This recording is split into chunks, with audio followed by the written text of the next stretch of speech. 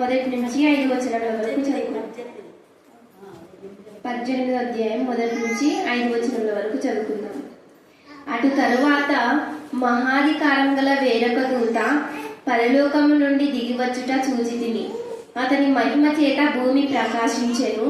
అతడు గొప్ప స్వరంతో ఆర్భాటించి ఇట్లనెను, మహాబబులోను కూలిపోయెను, అది దయ్యములకు నివాస స్థలమును, ప్రతి అపవిత్రాత్మకు ఉనికి పట్టును, అపవిత్రమును అసహ్యమునైన ప్రతి పక్షికి ఉనికి పట్టును ఆయను.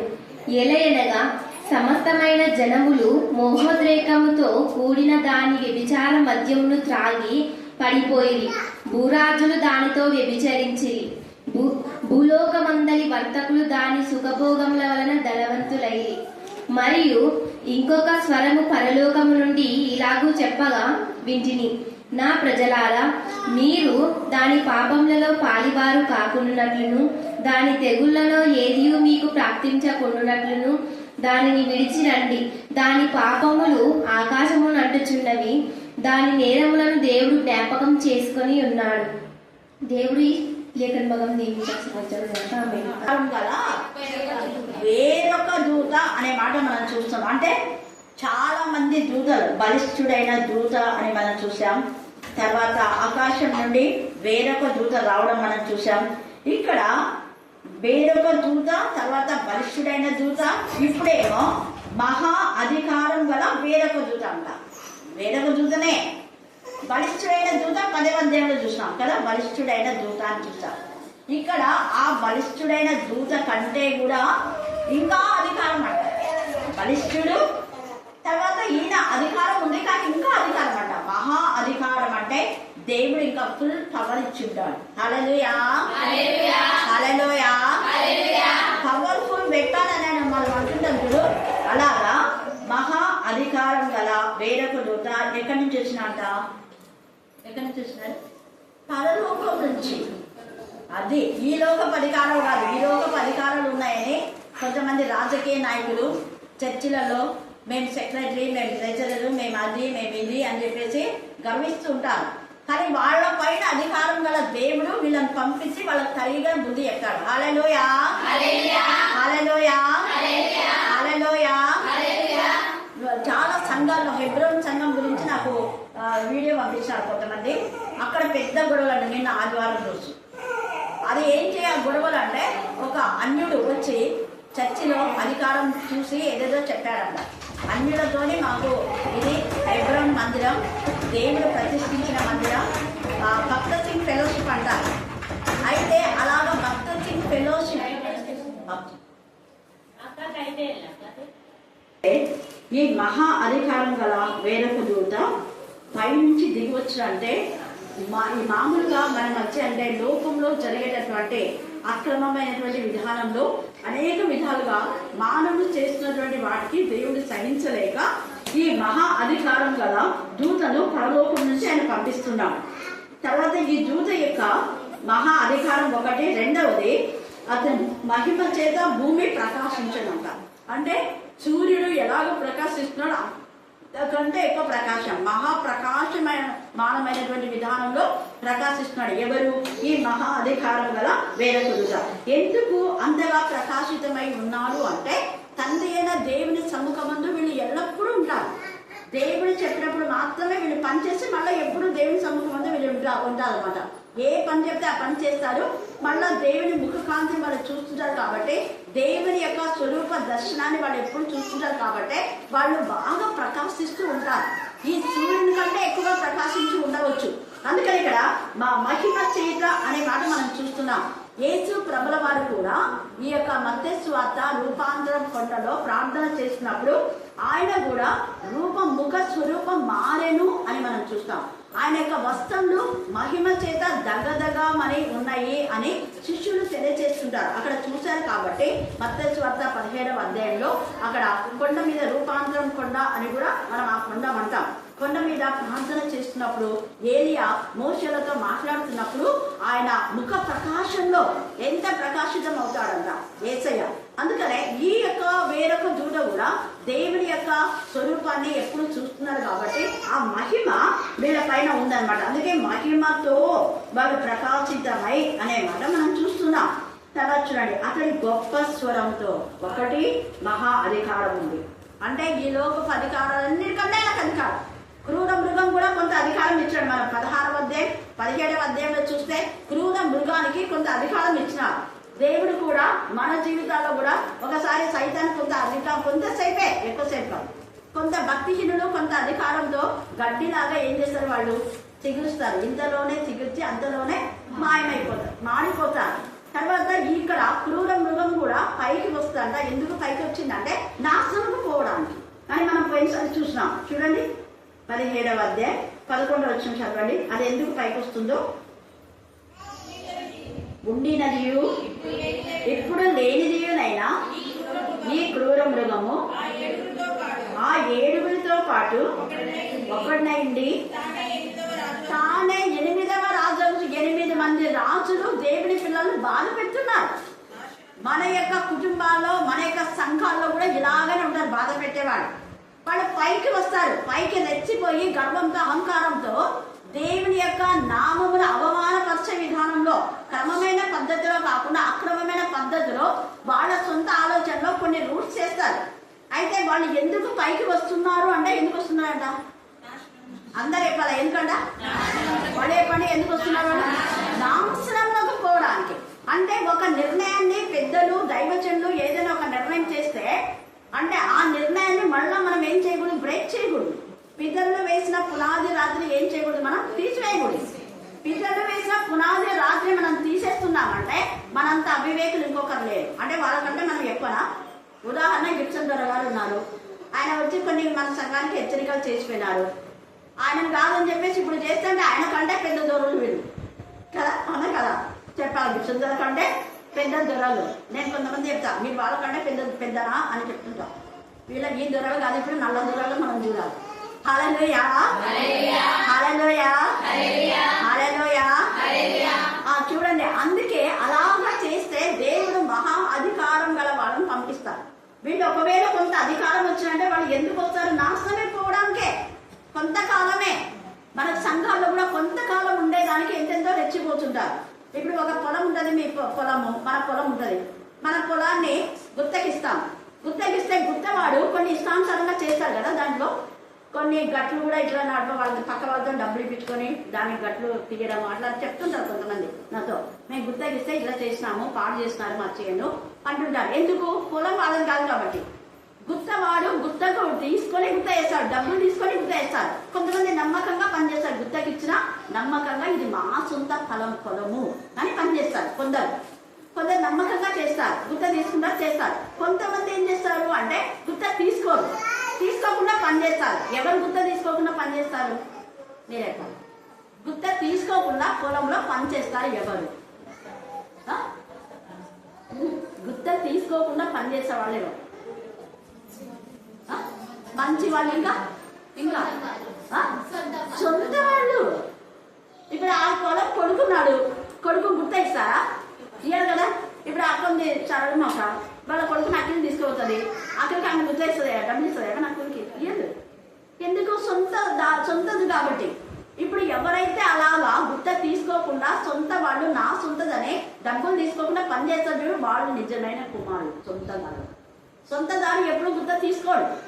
సొంత దారి ఇంకా ఏం చేస్తాడు? ఇస్తాడు. తన దగ్గర ఉన్నది ఇచ్చి బాగు చెయ్యండి అని చెప్తాడు. ఈ జ్ఞానం మనకు సంఘాల్లో కావాలి. ఎవరైతే ఉచితంగా పరిచయం చేస్తారో వాళ్ళు నిజమైనటువంటి ఆ హక్కుదారులు అన్నమాట. ఆ పొలం కానీ, ఆ సంఘం కానీ, ఆ ఇల్లు కానీ, ఆ స్కూల్ కానీ.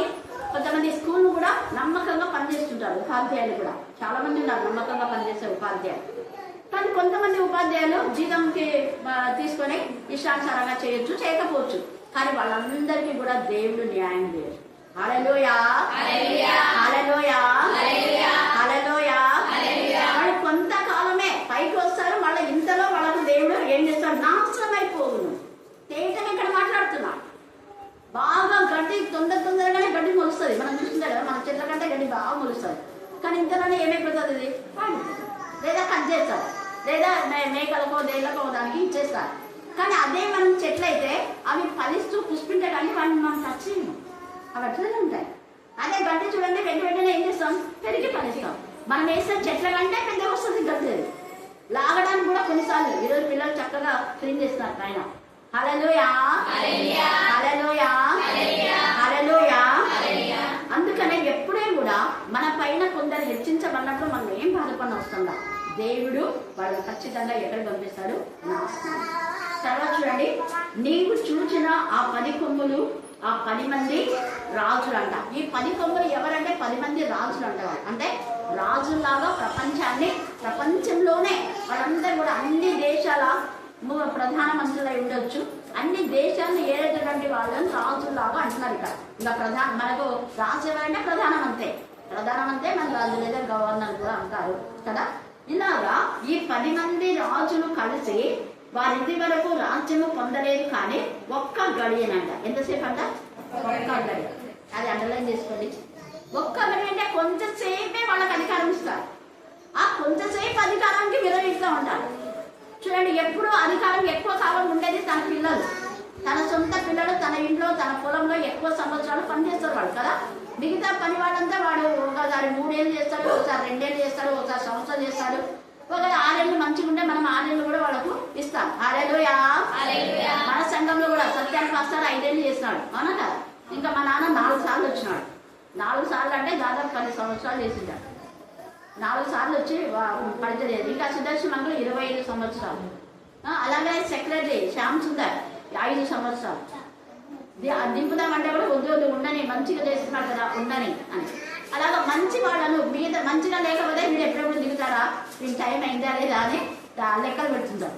అలాగే ఇక్కడ చూడండి, కొంచెమే ఒక గడియ క్రూర మృగంతో కూడా, అది ఈ క్రూర మృగంతో కూడా వాడు ఎలా ఉన్నాడ, రాజుల వలె అధికారం పొందుదురు. రాజులాగా బిల్డప్ ఇస్తున్నారు.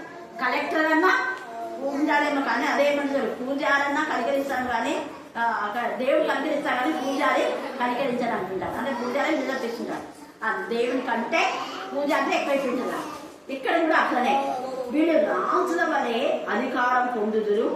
వీళ్ళందరూ ఎట్లుంటాడ, ఏకాభిప్రాయం. నేను చెప్తున్నా కదా, బైబిల్ స్టైల్లో మనం ఎక్కడంటే అక్కడ తీసుకొని చెప్పాము.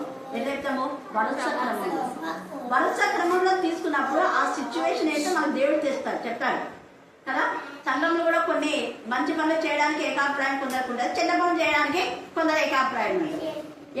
ఎలాగా అంటే అహాబు లాగా, యెజబెల్ లాగా భార్య భర్తలు ఇద్దరు వాళ్ళిద్దరు దేనికి ఏకీభవించినారు అంటే నాబోతుని చంపి ద్రాక్షల తోట తీసుకోవడానికి. అలాగే అననీయ సప్ఫీరాలు ఎందుకు ఏకీభవించిన అంటే డబ్బును దాచుకొని అక్రమమైన విధానం ఇద్దరు వచ్చి ఏం చేస్తున్నారు, అబద్ధం అన్నారు. చర్చిలో చెప్తారు, మళ్ళీ ఏం చేస్తారు, అబద్ధం ఆడతారు. అబద్ధం ఆడేటువంటి అబద్ధికులు. అలాగనే మనం చూస్తే ఇలాగ భార్య భర్తలు కొందరు దేవునికి విరోధమైన విధానంలో ఏకీభవించాడు. మంచి విషయంలో ఏకీభవించిన వాళ్ళు కూడా ఉన్నారు. సునేమీరాలు కానివ్వండి కదా, అననీయ మన అకుల క్రిస్టిలా కానివ్వండి, ఇలాగా చాలా మంది ఎక్కవేది కూడా నిజంగా మరియమ్మ యోసేపు కదా, తల్లి మరియ యోసేపు ఎంత ఏకీభవించాడు మరియమ్మ విషయంలో.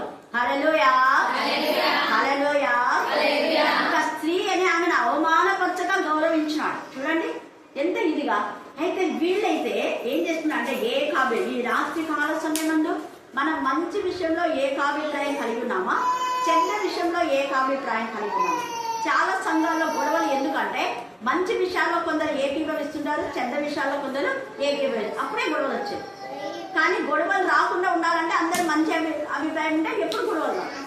కానీ చెడ్డగా ఏకీభవించినప్పుడు మంచి వాళ్ళు చెడ్డను ఏం చేస్తారు, అంటుకుంటారు. అంతే కదా, మంచి వాళ్ళు చెడ్డ జరగడం ఇష్టపడరు, వాళ్ళు అంటుకుంటారు ఖచ్చితంగా. చెడ్డ వాళ్ళు ఏం చేస్తారు, మంచి వాళ్ళని ఎట్లయినా టార్గెట్ చేసి ఆ మంచిగా ఉన్నదాన్ని పడగొట్టాలని చూసేది వాళ్ళ చెడ్డ వాళ్ళ లక్షణం. ఈ అపవాదిలాగా ఈ క్రూర మృగము అనేక మంది దేవుని పిల్లలను పాడు చేయాలని, దేవుని పిల్లలను బాధ పెట్టాలని, దేవుని పిల్లలందరినీ కూడా ఇంకా వాటితో యుద్ధం చేయాలని ఇలాగా ఇది ఏం చేసిందంటే వీళ్ళందరూ కలిసి ఏకాభిప్రాయం కలిగి చేస్తారు. కానీ కొంతకాలమే వాళ్ళ యుద్ధం. తర్వాత యేసు ప్రభు వారితో ఏం చేస్తాడు, యుద్ధం చేస్తాడు. అలాగే యేసయ్య చేస్తాడు. అది అయిపోయిన తర్వాత ఇప్పుడు ఇక్కడ భయంకరమైన వేశ్యలు ద్వేషిస్తారు. ఆ యొక్క వేశ్యకు ఆ దేవుడు శిక్ష విధిస్తాడు. ఆ తర్వాత మనం చూస్తే అప్పుడు ఆ శిక్ష అంతా విధించిన తర్వాత మళ్ళా ఈ బబులోను కూలిపోవడానికి దేవుడు మహా అధికారం గల వేరొక దూతను పంపిస్తున్నాడు. అందుకని మహా అధికారం గల వేరొక దూత పరలోకం నుంచి వచ్చాడు, మహిమతో ఉన్నాడు. రెండవది, మూడవది గొప్ప స్వరము. గొప్ప స్వరం అంటే దేవుని లాంటి యొక్క స్వరం, దైవ స్వరంతో. మనం చూస్తే అపోస్తల కార్యం 12వ అధ్యాయంలో కూడా హేరోదు దైవ స్వరంతో మాట్లాడతాడు, కానీ దేవుని గణపరచనందున ఆయన చచ్చిపోతాను పురుగుపడి. అక్కడ తేజగా రాయబడింది అపోస్తల కార్యంలో, మీరు తర్వాత చదువుకోండి. అలాగనే కొంతమంది దేవుని గణపరచినప్పుడు కింగ్ సౌలు కూడా మొదట పరిశుద్ధాత్మ వస్తుంది. దేవుని గణపరచినందున మళ్ళా ఆ యొక్క విషపు చూపు, దావీదు పైన విషపు చూపు ఉన్నందుకు ఆయనలో ఉన్నటువంటి పరిశుద్ధాత్మపై ఏమొస్తుంది? దురాత్మ. ఆ దురాత్మ ఏం చేసింది? తనకే నాశనం తెచ్చుకుంది. తన కొడుకు మాత్రమే రాజుగా ఉండాలని స్వార్థం. చూడండి, దావీదు రాజుగా ఉండకూడదు. ఎవరిలో అంటే రాజుగా? ఆయన కొడుకు. మన సంఘాలు కూడా వాళ్ళు, వాళ్ళ భార్య, వాళ్ళ పిల్లలు, ఇంకా వేరే వాళ్ళు అథారిటీ చేయకూడదు. అలాగనే టీవీలో పరిచయం చేసే వాళ్ళు కూడా వాళ్ళు, వాళ్ళ ఫ్యామిలీ.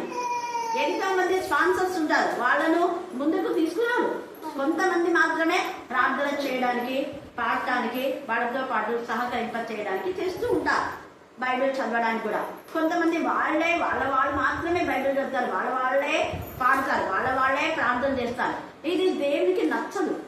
అలా చేయకూడదు. ఎందుకంటే మనం అందరము ఏంటి? సమానం. హల్లెలూయా, హల్లెలూయా, హల్లెలూయా, హల్లెలూయా. ఇక్కడ మహా బబులోను కూలిపోయాను. 2 సార్లు అన్నాడు మహా బబులోను. భయంకరంగా ఈ మహా బబులోను అధికారం ఉంది అని చెప్పేసి ఇష్టానుసారంగా దేవుని పిల్లలను బాధ పెట్టి ఉంటది. అందుకని ఇక్కడ ఏమైపోతుందంటే మహా బబులోను కూలిపోయినని. గతంలో కూడా నీరో చక్రవర్తి అని ఆయన భయంకరంగా దేవుని పిల్లలను బాధ పెట్టాడు. అలాగనే ఫరో, అలాగనే మనం చూస్తే నెబుకద్నెజర్ కూడా 7 సంవత్సరాలు పశువు లాంటి మనసు దేవుడు ఇస్తాడు. అధికారం ఉందని ఇష్టానుసారంగా ప్రజలను బాధ పెడితే దేవుడు ఊరుకోడు. తర్వాత మనం చూస్తే ఇంకా ఇలాగా చాలా మంది సిసేరా కానివ్వండి, తర్వాత హేరోదు రాజు కూడా యేసు ప్రభు కోసం ఇక 2 సంవత్సరాల పిల్లలను చంపేస్తారు. తర్వాత ఆయన బ్రతుకంతా కూడా నాశనం అయిపోతుంది. కాబట్టి ఇవన్నీ కూడా మనం చూస్తే దేవుడు తన దూతను పంపి తన బిడ్డలకు సహాయం దయచేస్తాడు. అయితే మనం ఏం చేయాలంటే ఓపికతో సహించాలి. హల్లెలూయా, హల్లెలూయా, హల్లెలూయా. తర్వాత ఏమంటున్నా అంటే ఈ మహాబబులోను ఎలాగో ఉందంట? దయ్యములకు నివాసస్థలం. చూడండి, దయ్యములకు నివాసస్థలం. నాకు హైదరాబాద్ సునీత ఒకటి పంపించాడు చర్చిలో. ఒక అపవిత్రాత్మ ఉందన్నమాట. ఏంటి సాతానా, నువ్వు ఇక్కడ ఉన్నావు, ఇది నువ్వు ఉండే స్థలం కాదు కదా, ఇదంతా పరిశుద్ధుల స్థలం కదా అంటే, మరి అవును మళ్ళీ పరిశుద్ధుల స్థలమే, కానీ నా వాళ్ళు ఎక్కడుంటారో నేను అక్కడ ఉంటాను అంటుంది. దేవుని మందిరం ఉండి ఎందుకు ఇక్కడికి వచ్చినాను అంటే, అవును మరి నా వాళ్ళు ఇక్కడ ఉన్నారు అందుకు నేను ఇక్కడికి వచ్చినాను. నీ వాళ్ళు ఇక్కడ ఎందుకున్నారు? వాళ్ళంతా బ్యాప్టిజం తీసుకున్నారు కదంటే, అదొక్కటే వాళ్ళు చేసిన మంచిగా, అదొక్కటే వాళ్ళు చేసిన మంచిగానే బ్యాప్టిజం ఒక్కడే తీసుకున్నారు. మిగతా మంది నా లక్షణాలు ఉన్నారు. మిగతా ఏం లక్షణాలు? మిగతా అపవిత్ర, వాళ్ళంతా చేసేదంతా కూడా చెడ్డతనములు, మోసతనము, దొంగతనం, హత్యలు, నరహత్యలు కదా. వాళ్ళు చేసేటట్టుగా దోచుకోవడం, వాళ్ళు చేసేవన్నీ కూడా మరి మోహపు చూపులు, వ్యభిచారం, దొంగతనాలు, ఇవన్నీ నీచమైన కార్యాలన్నీ వాళ్ళు ఉన్నాయి. బ్యాప్టిజం తీసుకున్నారు వాళ్ళు, కానీ క్రియలన్నీ నా క్యారెక్టరే వాళ్ళలో ఉంది. అపవిత్రాత్మ చెప్తుంది. ఈ అపవిత్రాత్మకు ఉన్నవన్నీ కూడా వాళ్ళలో ఉన్నవని చెప్తా ఉండేది అపవిత్రాత్మ. అందుకనే నేనేం చేసినా ఇక్కడికి వచ్చినా అని అపవిత్రాత్మ చెప్తా ఉంది. ఇక్కడ కూడా ఏమంటారు చూడండి, ప్రతి అపవిత్రాత్మకు అది ఏమైందంట? ఉనికి పట్టు. ఈ రాత్రి కాల సమయంలో మన సంఘాలు, మన సమాజం, మన గృహాలు అపవిత్రాత్మకు ఉనికి పట్టేమో. తమ కుమారులు కుమార్తెలు దేవునికి వ్యతిరేకంగా పాపం చేస్తూ గర్వంతో అహంకారంతో దేవునికి విరోధంగా చేస్తుంటే కూడా తల్లులు సహకరించే తల్లులు ఉన్నారు. అతల్లే తన కుమారులు ఏం చేసింది? దుర్మార్గ పనులు చేయడానికి ప్రేరేపింపచేసింది. దుర్మార్గ పనులు చేస్తుంటే సంతోషపడింది. కొందరు తల్లులు తమ పిల్లలు చెడు చేస్తున్నారని తెలిసి గద్దించాలి, ఇంకా రేపెడతారు. పోనరా మీరు అందరూ ఉండి అందరే మాట్లాడాలని చెప్తుంటారు అన్నమాట. ఒక కొడుకు కాదు, ఒక కూతురు కాదు, మొత్తం ఫ్యామిలీ అంతా ఇలాగే ఉంటుంది. అందుకని చూడండి, అపవిత్ర ఆత్మకు అది ఏమంట, ఉనికి పట్టు. తర్వాత అపవిత్రమును అసహ్యమునైనా ప్రతి పక్షికి ఉనికి పడ్డంటే ఇక్కడ పక్షి అని కాదు, మనిషిని కూడా పక్షి అంటుంటారు కదా. అప్పు పక్షి, ఆ పక్షి, పక్షి అంటుంటారు. ఇదిగో ఇది కూడా అక్కడనే పక్షి అంటే యాక్చువల్గా పక్షి కాదు, ఆ అపవిత్రమైన పక్షికి ఉన్న లక్షణాలు వాళ్ళకు ఉంటాయి. అందుకనే కాకులు అంటే కాకుల యొక్క అపవిత్రత. కాకుల లక్షణం ఏంటి? శవాలను పీక్కు తినే లక్షణం. ఎంత ఎంత ఉన్నా కూడా మొత్తం శవాన్ని పీక్కొని తింటాడు. అది అక్కడి నుంచి పోదు కదలదు. ఎన్ని రోజులైనా అక్కడే ఉండి అక్కడే తింటాయి. కొన్ని అలాగే ఉంటాయి అన్నమాట. చచ్చిపోయినా కూడా ఇంకా చంపే రకాలుగా ఉంటారు కొంతమంది. చూడండి, ప్రతి పక్షి ఉనికి పట్టు ఆయను ఏగా మోహోద్రేకంతో. అది మోహోద్రేకంతో అంటే మోహపు చూపుల.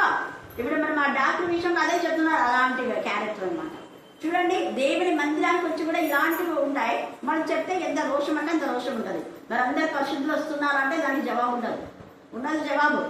చూడండి, ఇక్కడ ఎంత చక్కగా చెప్పినాడు. జనములు మోహోద్రేకంతో కూడిన దాని వ్యభిచారం మద్యంలో త్రాగి పడిపోయి పాపం చేసి చేసి పడిపోతున్నారు. ఇప్పుడు కూడా పాపం వల్ల వచ్చే జీతం ఏంటి? మరణం. వాడు అనుకున్నాడు నేను చేసేది మంచిది లేని, ఎంజాయ్ చేద్దాంలే, సంతోషం లేని, 5 నిమిషాల తీపి అని అనుకున్నాడు. కానీ ఇప్పుడు ఏమైపోయింది? బతుకంతా నరకం.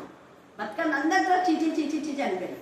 అలాంటివన్నీ చంపండి, అలాంటివన్నీ నరకండి, అలాంటివన్నీ ఉరి తీయండి అంటున్నారు. చూడండి వాడి బ్రతికి ఎలాగైపోయిందో. అందుకనే ఇక్కడ ఏమంటున్నా అంటే అలాంటి మత్తులో మనం ఉండకూడదు. మన వాక్యంతో నింపబడాలి. మాధుర్యమైన వాక్యము జుంటి తేనె దారాల కంటే మృదువు మధురమైనది.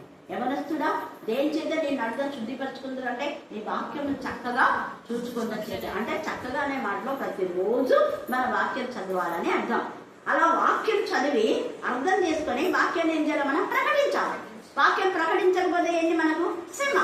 మరి అలా వాక్యం ప్రకటించడానికి అపోస్తలుడైన పౌలు వాళ్ళను కూడా అపోస్తల కార్యం 12వ అధ్యాయంలో బాధ పెట్టినారు. బాధ పెట్టినప్పుడు వాళ్ళు ఏం చేస్తున్నారు? పాదంలో దుమ్ము దులిపి పోతామన్నారు. చూసారా? బాధ పెట్టి ఆ ప్రాంతం నుంచి మేము మా పాదాల దుమ్ము దులిపేస్తున్నాం. ఆ పాదంలో దుమ్ము దులపడం అర్థం ఏంటంటే సొదొమ గొమొర పట్టణంలో ఉన్న శిక్ష దేవుడు దానికి ఇస్తాడు.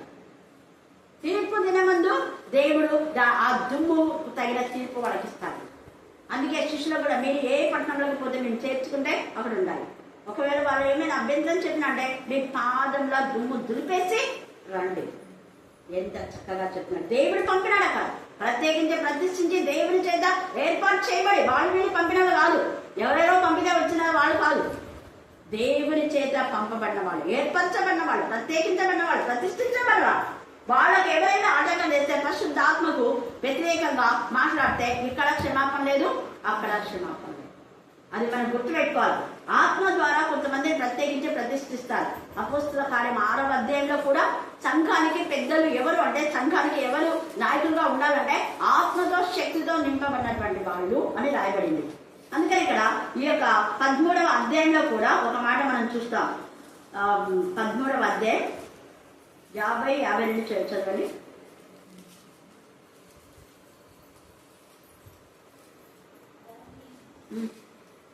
చదవండి. 12వ అధ్యాయం చదవండి చూద్దాం. 50 వచ్చిన 12వ అధ్యాయం 50 వచ్చిన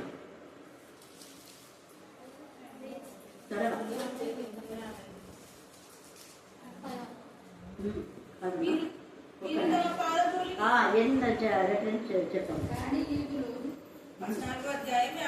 14 కాదు 13. నేను చెప్పింది కరెక్టే. 13 అన్న ముందు మీరు చదవ. 13:50 వచ్చిన ఆ ప్రదేశం అంతటా ప్రభు వాక్యం వ్యాపించను. కానీ యూదులు భక్తి మర్యాదలు గల స్త్రీలను ఆ పట్టణ ప్రముఖులు ఏం చేసినంట రేపి సంఘాలను కూడా రేపుతున్నారు కదా. మైకులు ఇచ్చి ఇలా చెప్పండి, అట్లా చెప్పండి, వాళ్ళని తిట్టాడు, వీళ్ళు రండి, వాళ్ళని రండి అంటుంటారు. మన వాళ్ళు కూడా చెప్తుంటారు. వాళ్ళందరినీ పిలుచుకున్నట్టే మీరు ఎందుకు పిలుచుకోలేకంటే వాళ్ళు రావాలి కదా, చెప్పించాం కదా, వాళ్ళు పిలుచుకోవాలా, రావాలా, వాళ్ళు వెళ్ళిపోతుంటారు. కానీ దేవుడు మనకు తోడు. హల్లెలూయా, హల్లెలూయా. అందుకని ఇక్కడ ఏం చేస్తున్నారు? రేపి వాళ్ళని రేపుతారు. ముందన్న ఇంత దగ్గరకు వచ్చి గుసలు మాట్లాడి ఆ ఇళ్ళను ఈ ఇళ్ళను అంతా గ్యాదర్ చేసుకుంటారు. రేపి చూడండి ఎంత బాగా చెప్తున్నారు. వారిని తమ ప్రాంతం నుండి వెళ్ళగొట్టిన వీరు తమ పాద ధూళిని వారి తట్టు ఏం చేస్తారు, దులిపి వేసి ఈ కొనియకు వచ్చింది. కొందరు అదే అంటుంటారు, ఇదిగో మేము పాదం దులుపుతున్నట్టు దేవుడు చూసుకుంటాను నేను అని. అందుకే ఇక్కడ ఈ కొనియకు అయితే శిష్యులు ఆనందభరితులై పరిశుద్ధాత్మతో నిండినవారు. పరిశుద్ధాత్మలో వాళ్ళు ఆనందిస్తారు. దైవ ఎక్కడ మేము చెప్పాలో అక్కడ కరుణాపీఠంలో ప్రతిరోజు దేవుని నామం గణపరచాలి దేవుని ఉద్దేశం. హల్లెలూయా హల్లెలూయా హల్లెలూయా. తర్వాత 14వ అధ్యాయం 2వ వచనం కూడా చదవండి. 14:2 అపోస్తల కార్యం 14:2. అదే అవిధేయులైన యూదులు, వీళ్ళు యూదులు కాదు, వీళ్ళు నిజంగా యూదులు కాదు, దేవుని భయభక్తి గల వాళ్ళు కాదు, వాళ్ళు అవిధేయులు. అలాగనే ప్రకటనలో యూదులే కాక వాళ్ళు యూదులమని చెప్పుకునేవాళ్ళు, వాళ్ళు నిజంగా క్రీస్తు పిల్లలు కాదు, క్రీస్తుకు చెందిన వారు కాదు, క్రైస్తవులమని చెప్పుకున్నారు, నటించేవాళ్ళు. వాళ్ళు ఎలాంటి వాళ్ళు అంటే అన్యులు. అందుకని చూడండి, అవిధేయులైన యూదులు అన్ని జనులను పురికొల్పి. అన్యులు నేను చెప్పేది అదే, అన్యులు ఎప్పుడైతే మందిరాలకు వస్తారో అల్లరి. కీర్తన 2లో అన్ని జనులు ఎలా అల్లరి చేయించున్నారు, అల్లరి రేపుచున్నారు అంటున్నారు. చాలా సంఘాల్లో అన్యులు, అంటే అందరు అన్యులు కాదు, మళ్ళీ నేను చెప్పేది నిజంగా భయభక్తి గల అన్యులైతే దేవుని హత్తుకొని అనుకొని జీవించి ప్రభువుకు లోబడే వాళ్ళు ఉన్నారు. కానీ నామవాస క్రైస్తవం చేసుకుంటారు, వాళ్ళు క్రైస్తవం కాదు, అన్యులు. అన్ని క్రియలు, అన్ని యొక్క సాంప్రదాయాలు, అన్ని యొక్క తలంపులు, అన్యులు ఎప్పుడు అల్లరి చేయడమే. అందుకే ఇక్కడ అన్ని జనులను పురికొల్పి వారి మనస్సులలో ఏం చేస్తాడ, సహోదరుల మీద పగ పుట్టించరే. పగ పుట్టించి నాకు అప్పుడు అర్థమైంది, ఓహో సైతాన్ పగ పుట్టించినారు కాబట్టి. ఏంటో బాబా మన పిల్లలు కూడా అంటుంటారు, అక్క ఇంత ఇదిగా వాళ్ళకి ఎందుకు అట్లా అనిపించిందంటే పగ పుట్టిస్తారు, ఇదిగా ఉంది కదా అని. నేను కొంతమంది మన పిల్లలు చెప్పినప్పుడు నేను అన్నా, మాకు చాలా బాధ అయింది అక్క, ఎందుకు వాళ్ళు అంటే సైతాన్ అలా పుట్టిస్తాడు. హల్లెలూయా హల్లెలూయా. తేజగా ఉంది వాక్యంలో, సహోదరుల మీద వాడు ఏం చేసినట పగ పుట్టించే కాబట్టి వారు ప్రభువు ఆనుకొని ధైర్యంగా మాట్లాడచ్చు. అందుకని ధైర్యంగా మాట్లాడి, ఎవరైనా ఏమనుకోరు, ధైర్యంగా మాట్లాడచ్చు. అక్కడ బహుకాలము ఇంతవరకు మీ మధ్య ధైర్యంగా ఉన్నాను కాబట్టే 35 సంవత్సరాలు మీ మధ్య నా తండ్రి యొక్క పొలంలో పని చేయడానికి దేవుడు నన్ను వాడుకున్నాడు, జీతం లేకుండా. ఎందుకు, నా తండ్రి పొలానికి నేను జీతం తీసుకోకూడదు. హల్లెలూయా హల్లెలూయా హల్లెలూయా. ఏ తండ్రి పొలంలో ఏ కుమార్తె పనిచేసినా జీతం తీసుకోరు. చాలా మంది ఆడపిల్లలు ఇళ్ళకి వస్తుంటారు, మా అమ్మ సరిగా చేసుకోవాలని ఎంతో పని చేస్తారు, కానీ వాళ్ళకి ఏమైనా డబ్బులు ఇస్తారా? ఇవ్వరు. వాళ్ళు సొంతగా ఇల్లు కాబట్టి చేస్తారు. వాళ్ళు అక్క కూడా వాళ్ళ పొలానికి తన కుమార్తెను పిలుస్తుంది, బాగా అందరూ కలిసి చేస్తున్నారని చెప్తారు. ఆమె ప్రేమగా ఏదో ఇస్తే తీసుకుంటారు. దేవుడు నాతో గిఫ్ట్ ఇస్తే నేను తీసుకుంటా అంతే. హల్లెలూయా. మన పిల్లలకి అమ్మ నా పిల్ల నా బంగారు ఎంత బాగా చేసింది, పో నాయన అబ్బాయి కొనుక్కొచ్చుకోపోరా అని 10-20 ఇస్తారు కదా, అట్లా. హల్లెలూయా హల్లెలూయా. కానీ వడబడ్డాం, మిగతా వాళ్ళంతా వడబడతారు. ఇన్ని సంవత్సరాలు చేస్తాం, పొద్దు నుంచి ఇంతవరకు చేస్తాం, 400 ఇవ్వాలా రోజుకు, లేకపోతే నెలకి ఇంత ఇవ్వాలా, వడబడతాం. అలాగా పిల్లలు అట్లా వడబడరు. పిల్లలు చేసిన పనికి తల్లి మెచ్చి ఏదో ఒకటి చేసి పెడతారు. హల్లెలూయా హల్లెలూయా. తర్వాత అపోస్తల కార్యం 16వ అధ్యాయం 16వ వచనం చదవండి. 16:6.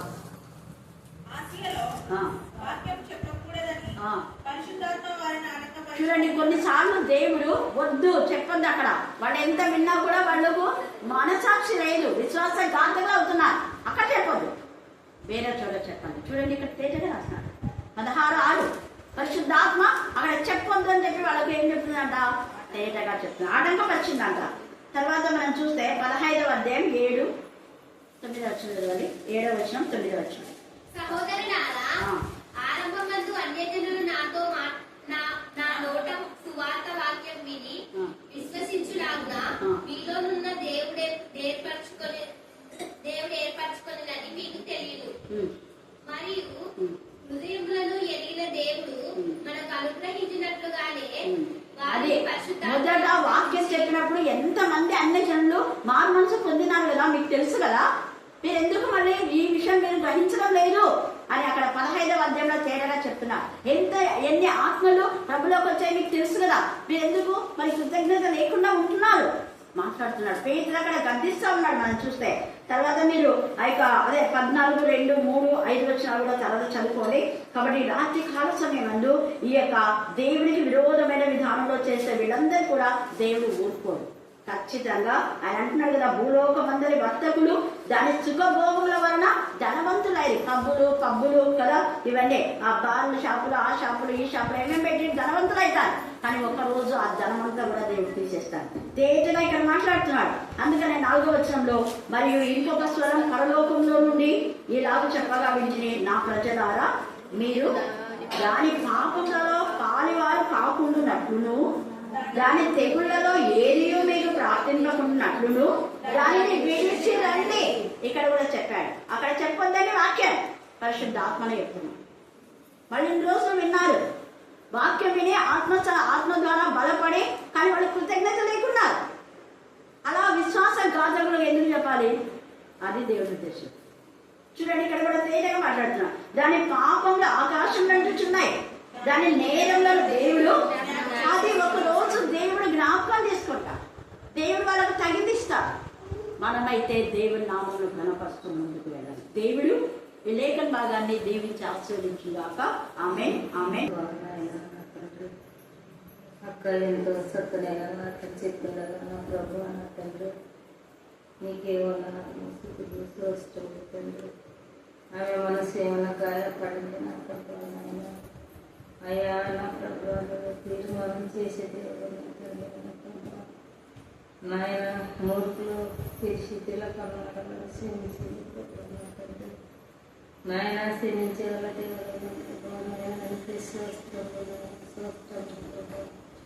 నాయన నా ప్రభా నా తండ్రి, చిన్న మందగా కూడుకొని నా ప్రభా నాయన, నువ్వు చెప్పిన వాక్యము నా తండ్రి నా ప్రభా ఏంకలుగా నిరంతరంగా ఫలించే వాక్యం చేసి ఏ కుటుంబంలో ఏ సమస్యలు ఉన్నావో నా ప్రభా, సమస్యలని తీర్మానం చేయండి ప్రభా నా తండ్రి నాయన. నా ప్రభా సైతాను వలన గొడవలు లేకుండా నా తండ్రి నా ప్రభా శాంతి, సమాధానం, ఐక్యత, నమ్మకం చేయండి నాయన. నా ప్రభానికి స్తోత్రం ప్రభా నాయన. నాయన అన్య మనసుకు నా తండ్రి, బుద్ధి చెప్పగల దేవుడు నా తండ్రి నా ప్రభానికి స్తోత్రం నాయన.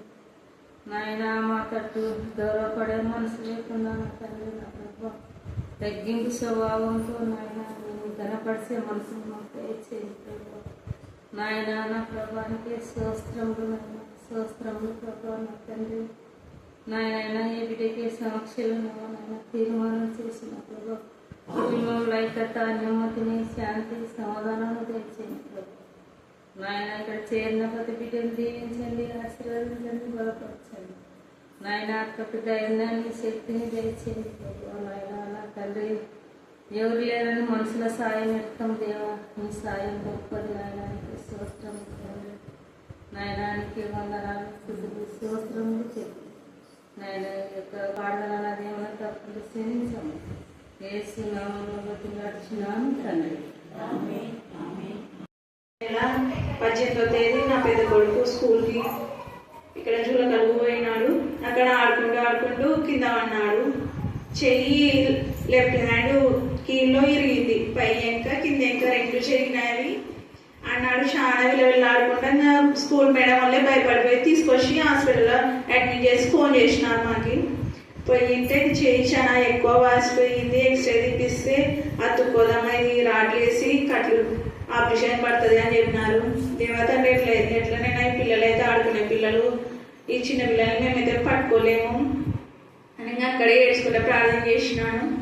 దేవుడు ఎవరి ద్వారా ఒకరి ద్వారా మాకు యాక్సిడెంట్ అయిన వాళ్ళకి కూడా కట్టుకొని మీరు పోతారంటే మేము పంపిస్తామని రాసిచ్చినారు. దూరమైనా పర్లేదు, పిల్లలకి బాగా అయితే చాలని ఒంగోలు అవతల అద్దంకి వినాము. ఒక రోజుల ప్రయాణం పట్టింది. అక్కడ వింటే కట్టు సరిపోతలేనమ్మా అని కట్టు కట్టినారు. దేవుడు అద్భుత రీతిలో మాకు 3 కట్లకి అది చేయి కట్టుకోందని చెప్పినారు. దేవునికి అసలు సంతోషంగా అనిపించింది మాకు. ఇంకా ఎక్కువ పడుతుంది అని అన్నారు, కానీ 3 కట్లకి అది కట్టుకొని చెయ్యి బాగుంది, పిల్లోడు కూడా స్కూల్ పోవచ్చు అని చెప్పినారు. అదేవిధంగా ఈ నెల మొదటి శుక్రవారం రోజు అక్క చెప్పినట్లే మాకు ఎన్ని ఇరుకులు ఇబ్బందులు ఉన్నా కానీ అది వల్ల పోయి మాకు మళ్ళీ పోగొట్టుకున్న దానికన్నా ఎక్కువ రిటర్న్స్ వచ్చినాయి మాకు. అందును బట్టి దేవునికి వందనాలు. ఒకరి దగ్గర కూడా మేము చేయలేదు, అప్పు కూడా చేయనట్ట మాకు దేవుడు సహాయం చేసినాడు. అందుని బట్టి వేలాది వందనాలు, స్తుతులు, స్తోత్రం. అదేవిధంగా నా కూతురు గురించి అయితే అక్క ప్రతిసారి ప్రార్థన చేస్తుంటుంది, చర్చికి రాండి అని కానీ ప్రతి ఒక్క విషయంలో అక్క చెప్తుంటుంది. పాప ఎక్కడ వినా అక్క ఎంపడని పోతుంటుంది. దేవుడు అందుని బట్టి మా కుటుంబాన్ని చాలా ఆశీర్వదించినాడు. ఈ చిన్ని సాక్ష్యం దేవుడు ఆశీర్వదించిందాక. ఆమె ఆమె ఆమె. నీ పాదాలు పట్టుకున్నాడు ఈ రాత్రి కాల సమయంలో చూస్తున్న ప్రతి బిడ్డనైనా పేరు పేరు వరుసగా దీవించండి, ఆశీర్వదించండి. ఈ గుడూరు ప్రాంతంలోనైనా, ఈ వీధిలో, ఈ గ్రామాలలోనైనా మీ నుండి సహాయం చేయండి. దేవా నీ పాదములకు వందనాలు, స్తుతులు, స్తోత్రములు చెల్లించుకుంటామయ్యా. ఈ రాత్రి కాల సమయంలోనైనా ఇటువంటి గుణాలు ఎక్కడెక్కడైతే జరుగుతున్నామో అక్కడ మీరే ఉండండి, సహాయం చేయండి అయ్యా. డాక్టర్ కంటే పరమ డాక్టర్ అని సెలవుచ్చిన దేవా, వైద్యుల కంటే పరమ వైద్యులను నిశ్చయించిన దేవా, నీ పాదములకు వందనాలు, స్తుతులు, స్తోత్రములు చెల్లించుకుంటామయ్యా. ఏ బిడ్డలైతే నేను ఏ సమస్యలతో కృంగినాను అట్టి బిడ్డలు లేవనెత్తండి, సహాయం చేయండి దేవా. ఈ రాత్రినైనా అక్కయ్య ఆత్మీయ మాటలు చెబుతుందనైనా మాలోనే వేసుకునే జ్ఞానాన్ని, శక్తిని, బలాన్ని దయచేయండి దేవా. ఈ నేలకు మంచి వాతావరణాన్ని దయచేసిన దేవా, మంచి పంటలనైనా ప్రతి కుటుంబాలకు దయచేయండి, సహాయం చేయండి. ఈ రాయలసీమ ప్రాంతాన్ని, తెలంగాణ ప్రాంతానికైనా నీ కృపలో జ్ఞాపకం చేసుకోండి. రాజ్యమేళ రాజ్య నాయకులతో మీరే మాట్లాడండి దేవా. ప్రతి ప్రయాణికులనైనా రాజ్యాలకు భాగాలకు వెళ్ళుచున్న ప్రతి బిడ్డలతో మీరుండండి. ఏ బిడ్డలైనా ఏ సమస్యలతోనైనా పట్టుకుంటాడుతున్నారు అట్టి బిడ్డని నీ కృపలో జ్ఞాపకం చేసుకోండి దేవా. నీ పాదములకు వందనాలు, స్తుతులు, స్తోత్రములు, స్తోత్రములు, స్తోత్రములు, స్తోత్రములయ్యా. 24 పేదలను దేవదూతల సమూహము చేతనైనా పరిశుద్ధులు, పరిశుద్ధులు, పరిశుద్ధులు, పరిశుద్ధులు పాడబడుచున్న మా దేవా, నీ పాదములకు వందనాలు, స్తుతులు, స్తోత్రములు చెల్లించుకుంటామయ్యా దేవా. నీ పాదములకు వందనాలు, వందనాలు, వందనాలు, వందనాలు తరచా. ఈ రాత్రంతనైనా మేము నిన్ను ఆరాధించే కృప మాకు దయచేసిన దేవా. ఇంకా నీ శక్తిని, నీ బలాన్ని మాకు దయచేయ. మీరు చెడు మమ్మల్నైనా ఎన్నో సమస్యలతో, బాధలతోనైనా, అవమానాలతోనైనా వేదన పడుతున్నామయ్యా. నీ కృపతో నింపండి, సహాయం చేయండి దేవా. ఇంకా ఒక ప్రార్థనలో మా కుటుంబంలో మేము దయచేసిన కృప దయచేయండి. నీ పాదములకు వందనాలు, స్తుతులు, స్తోత్రములు చెల్లించుకుంటామయ్యా. గొప్ప దేవా, నీ పాదములకు వందనాలు, వందనాలు, వందనాలయ్యా. మా కోసం రెండు శ్రమల మధ్యలో ఆడుతున్న దేవా, మా కోసం రెండు మేము మధ్యలో ఆడుతున్నయ్యా, మా కోసం రెండు గాయం చెందిన దేవా, నీ పాదములకు వందనాలు, స్తుతులు, స్తోత్రములయ్యా. ఈ రాత్రంతనైనా నా ప్రభువా, ఈ మందిరానికి వచ్చుచున్న ప్రతి బిడ్డనైనా నీ శక్తితో, నీ బలంతో, నీ ఆత్మతో నింపండియా.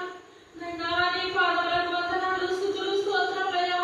ఈ పగలకాల సమయంలోనైనా ఎక్కడెక్కడైతేనైనా నీ మందిరాలలో మొరపెట్టి ఉన్నారునైనా ప్రతి మొరను ఆలకించండి, సహాయం చేయండియా దేవా. నీ పాదములకు వందనాలు, స్తుతులు, స్తోత్రములు చెల్లించుకుంటామయ్యా. గొర్రెపిల్ల రక్తం వలెనైనా మీ ఆత్మ మాపై అల్లాడుచున్న గొప్ప దేవా, నీ పాదములకు వందనాలు, స్తుతులు, స్తోత్రములు, స్తోత్రములు, స్తోత్రములయ్యా. నీకు అనేకమైన వేలాది నమస్కారములు చెల్లించుకుంటున్నామయ్యా. ఈ రాత్రంతనైనా మీకినైనా పాటల ద్వారా, వాక్యం ద్వారా మొరపెట్టుచుండగా ప్రతి ఒక్క మొరను ఆలకించి సహాయం చేయమని, నీ నామానికి మహిమ తెచ్చుకోవాలని నైనా మా ఆత్మలు, మా శరీరాన్ని ఈశ్వరునికి సమర్పిస్తూ యేసు పరిశుద్ధ నామమున ప్రార్థించి స్తుతించబడుచున్న పరమ తండ్రి. ఆమేన్, ఆమేన్, ఆమేన్. మీకే స్తోత్రం నా తండ్రి. అలాగే ప్రభా అక్క నా తండ్రి టీవీ పరిచయం ఎంతలో మీకు ఆదరణ వచ్చినందుకు వందనములు, స్తోత్రములు ప్రభా. అక్కడి ద్వారా ఎంతో మంది మేలులు నా తండ్రి పొందుకుంటున్నారు ప్రభా. అక్కడి ద్వారా ఎన్నో ఆత్మలు వస్తున్నాయి ప్రభా. అందుకు బట్టి వందనములు, స్తోత్రములు, స్తోత్రములు ప్రభా. ఎసే అక్కకు నా తండ్రి బలాన్ని, శక్తిని, ధైర్యాన్ని ఇచ్చినందుకు వందనములు, స్తోత్రములు ప్రభా. అక్కతో మీరు ఉంటున్నందుకు వందనములు, స్తోత్రములు, స్తోత్రములు ప్రభా. మీకే స్తోత్రం తెలియజేస్తూ ఈ చిన్ని ప్రార్థన నజరేయుడైన యేసుక్రీస్తు నామమున అడిగి వేడుకొని పొంది ఉన్నాము తండ్రి. ఆమేన్, ఆమేన్. నేను టీచర్ లాస్ట్కి స్తుతులు పలికించేటప్పుడు లాస్ట్కి ఘనత ఐశ్వర్యం మీరు చాలా చెప్పింది. అవన్నీ మీరు నమ్మితే మీకు మంచి జరుగుతుంది ఈ నెలలో అని చెప్పింది. నేను నమ్ముతున్నాను, మీరు నమ్మండి అని చెప్పింది. అప్పుడు దేవా నాకు కూడా ఈ నెలలో ఎట్లా మంచిది దేవా, ఆగస్టు నెలలో మేలు చేస్తున్నారు ప్రార్థనలునా అని నేను అనుకుంటే నాకు దేవుడు గర్భఫలం ఇస్తాడని నేను అనుకోలేదు. మళ్ళీ గర్భఫలం ఇచ్చినాడు. ఇంకా గర్భఫలం ఇప్పుడు రెండో పిల్లలంటే నా భర్త ఒకటి ఊరికి అక్కడిక్కడ ఈ ఊరికి ఆ ఊరికి తిరుగుతాడు కదా. ఇప్పుడు రెండో గర్భఫలం అయితే ఇంకా అట్లా తిరగడానికి ఉండదు. ఇంకా 2 పిల్లల్ని చూసుకోకుంటే తిడతారు ఎవరైనా. చూసుకోవాలని దేవుడు అట్లా చేసింటాడు. అందుకే నా భర్త నేను ఇప్పుడు మంచిగా పని చేసుకొని మా అన్నం మేము వండుకుంటున్నాము. ఇది నాకైతే మేలే జరిగింది. దేవుడు నాకు మేలు చేసినాడు ఈ నెలలో. ఈ లాస్ట్ నెల ఈ వారం శుక్రవారం లాస్ట్ వారం నాకు మేలు జరిగింది. నేను సాక్ష్యం చెప్తున్నా. అంటే నాకు వారం నేను కూడా నడుచుకుంటా వెళ్తుంటే బయట ఇడిచిన ఆవులు పెద్ద పెద్ద ఆవులు ఉంటాయి కదా, దేవుని ఆవులు, అవి పెద్ద కొమ్ములు వేసుకొని నడుస్తూ ఇట్లా వస్తున్నాయి. నేను ఇట్లా వస్తున్నాయి గేర్ల నుంచి చూసుకోలేదు. అది తొందరగా నేను ఇట్లా తిరిగినా ఇది ఇట్లా తిరిగింది ఎద్దు. నా బాబు నేను సూటిగా దానికి అట్టుకొని నిలవన్నాం, కానీ ఆ కొమ్ములు మాకు ఏ హాని కలగలేదు. దేవుడు మేలు చేసినాడు. దేవుడు ఇచ్చిన సాక్షి ఇచ్చిన